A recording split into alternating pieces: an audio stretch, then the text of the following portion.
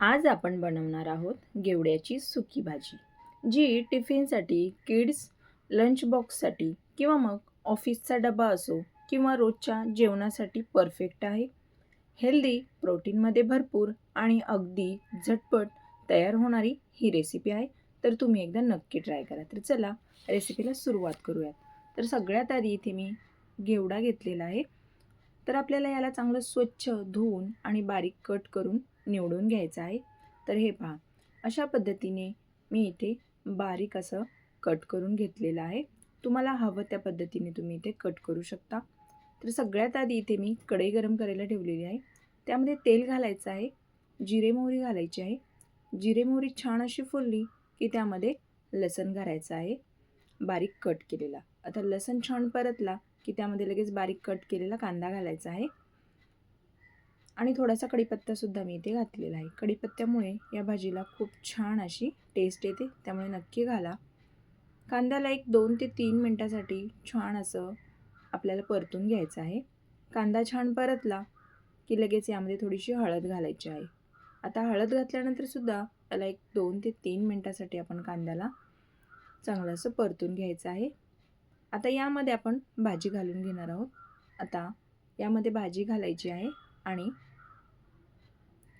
याला चांगलं असं आपल्याला परतून घ्यायचं आहे. तर हे पहा, 2 ते 3 मिनटासाठी या शेंगांना छान असं आपण परतून घेणार आहोत.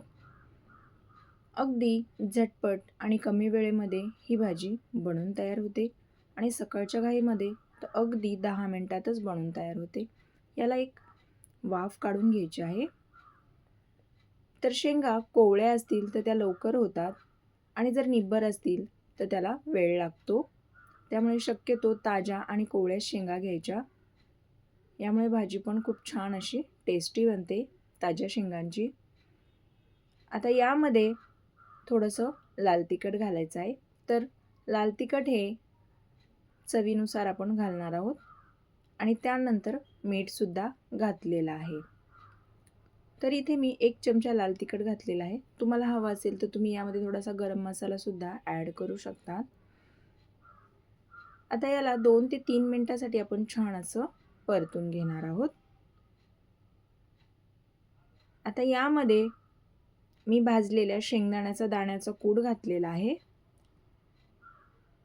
इथे 2 चमचे शेंगदाण्याचा कूट घातलेला आहे. आता याला चांगलं आपण मिक्स करून घेणार आहोत. आता यामध्ये बारीक कट केलेली कोथिंबीर घालायची आहे. आता याला आपण परत एकदा मिक्स करून घेणार आहोत. तर तयार झालेली आहे आपली घेवड्याची सुकी भाजी. तर ही भाजी आपण भाकरीसोबत, पोळीसोबत खाऊ शकतो आणि सकाळच्या घाईमध्ये टिफिनसाठी सुद्धा तुम्ही ही मुलांनासुद्धा देऊ शकतात. मुले हे आवडीने खातील. तर मंडळी, आजची रेसिपी तुम्हाला कशी वाटली मला हे कमेंटमध्ये नक्कीच कळवा.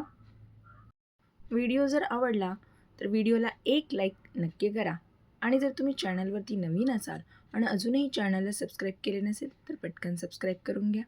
तर चला पुन्हा भेटूया अशाच एका तुमच्याच आवडत्या नवीन रेसिपीसोबत. तोपर्यंत धन्यवाद.